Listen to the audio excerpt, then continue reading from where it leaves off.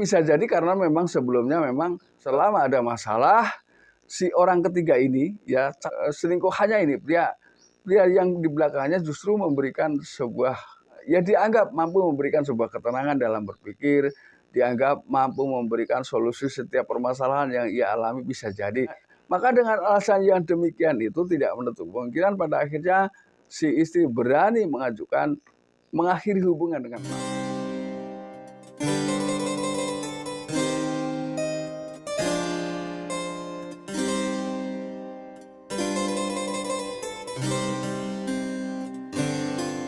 Assalamualaikum warahmatullahi wabarakatuh. Kembali lagi bersama saya Kang Kumis. Kali ini Kang Kumis kembali bersama sahabat semua tentunya di channel Kang Kumis. Channel yang selalu membahas seputar kehidupan rumah tangga. Pada bahasan kali ini Kang Kumis ingin berbicara mengenai 7 alasan istri minta cerai dan ingin menikahi selingkuhannya atau ingin menikah dengan selingkuhannya. Nah ini di sini sebelum kita lanjut ke topik, kita akan bahas dulu latar belakangnya ya. Kenapa hal ini seperti itu? Kenapa hal ini terjadi di tengah kehidupan rumah tangganya? Namun sebelum lanjut ke topik, ada salahnya silahkan Anda subscribe, like, dan komen di channel Kang Kumis. Dan jangan lupa serta share ya, agar sahabat semua tidak ketinggalan info dan juga kabar terbaru di channel Kang Kumis. Nah, kira-kira apa saja alasan yang bisa mengawali seseorang berakhir dengan meminta atau pengajuan cerai terhadap pasangan atau suaminya? Alasan yang pertama karena dia merasa mendapat perlakuan yang tidak sepantasnya.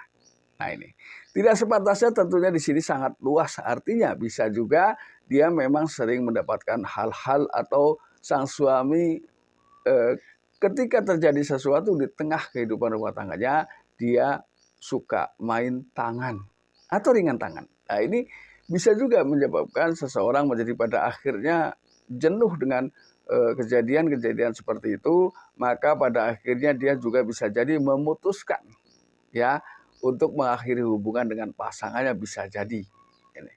Atau juga bisa jadi karena adanya pihak ketiga ya. Pihak ketiga di sini luas, bisa jadi pihak ketiga ini masih ada dalam satu keluarga ya, karena merasa tidak nyaman dengan sisi perasaan, maka pada akhirnya dia pun memberanikan diri mungkin mengajukan atau meminta mengakhiri hubungan dengan pasangan. Ini. Kemudian yang kedua adalah tidak pernah ditemukan solusi konflik atau permasalahan yang terjadi di tengah kehidupan rumah tangganya. Ini bisa jadi karena terlepas dari usia mungkin pasangan berdua ini masih tetap mempertahankan ego masing-masing, ya, mempertahankan ego masing-masing sehingga mungkin lebih tepatnya dikatakan adalah tidak atau belum ada yang mau mengalah ya demi selesainya sebuah permasalahan. Artinya kedua-duanya merasa ingin bahwa sayalah yang paling benar, sayalah yang harus menang. Nah ketika keduanya tetap berprinsip seperti itu, maka sekecil apapun permasalahan yang terjadi tidak akan bisa diselesaikan. Nah namun di sini adalah ketika salah satu di antara keduanya mengalah, itu bukan berarti kalah. Justru mengalah demi mencapai sebuah kemenangan. Artinya ketika setiap permasalahan yang terjadi di tengah kehidupan rumah tangga, mampu kita selesaikan dengan bijak, dengan komunikasi yang baik, maka itulah kemenangan yang sesungguhnya. Ya, karena godaan-godaan untuk terciptanya sebuah konflik di tengah kehidupan rumah tangga ini akan selalu ada. Jadi ketika itu dipertahankan, maka sampai kapanpun tidak akan ada titik temu. Jadi salah satunya harus mengalah, ya, entah itu si suami, entah itu si istri, demi kedamaian dan keharmonisan rumah tangga sahabat semua. Ini yang kedua.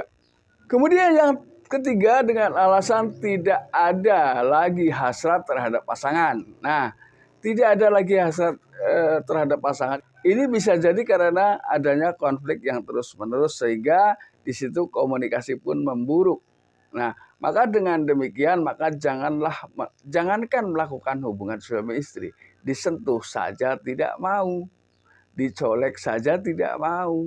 Ini logika ya. Ketika orang sudah tidak menyukai maka jangankan diajak bicara, disentuh pun dia akan menolak. Ini. Nah, Ini gambaran bisa jadi di sini memang dia sudah betul-betul punya persiapan, ada orang ketiga di belakangnya atau ada pria lain, bisa jadi karena faktor kebencian dari sifat dan perilaku pasangan ini. Lalu yang keempat adalah hilangnya emosional. Hubungan emosional itu adalah hubungan yang secara sosial, emosional sosialnya hilang. Jadi komunikasi rusak, ya. Komunikasi tidak lagi harmonis, komunikasi tidak lagi baik, maka masing-masing tentunya tetap menggunakan cara sendiri-sendiri untuk melakukan sebuah aktivitas. Artinya tidak ada lagi ketika mungkin mau berangkat bekerja juga tidak lagi pamit, ya.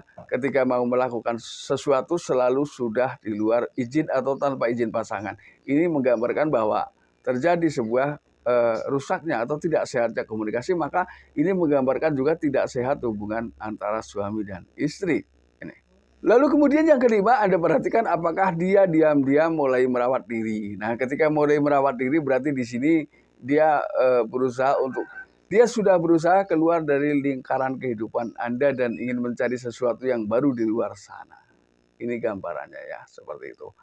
Lalu kemudian yang keenam, apakah dia berlanjut untuk mencari komunitas-komunitas baru. Komunitas baru artinya adalah mencari teman, mencari sahabat dengan suasana yang lebih baru.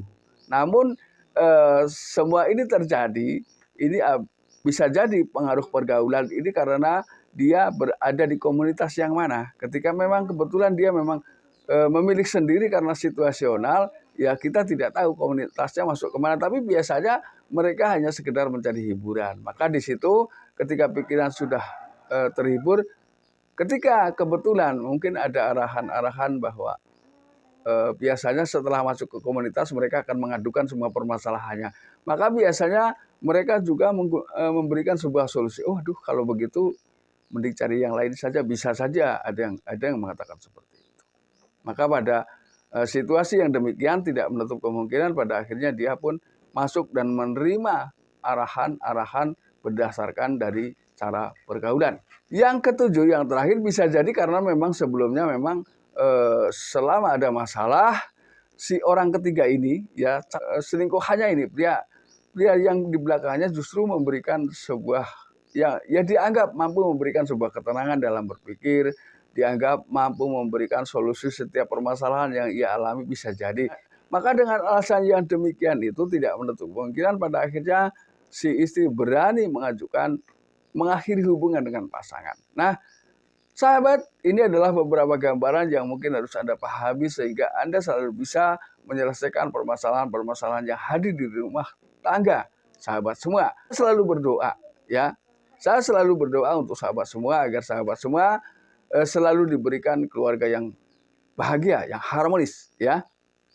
Yang harmonis hingga akhir usia. Nah sahabat, mudah-mudahan apa yang Kang Kumis sampaikan bisa bermanfaat. Dan akhir kata, salam harmonis bersama Kang Kumis. Wabillahi taufiq wal hidayah.